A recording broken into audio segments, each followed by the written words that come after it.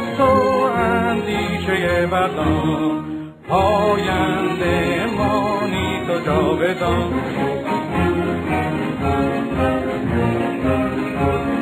ای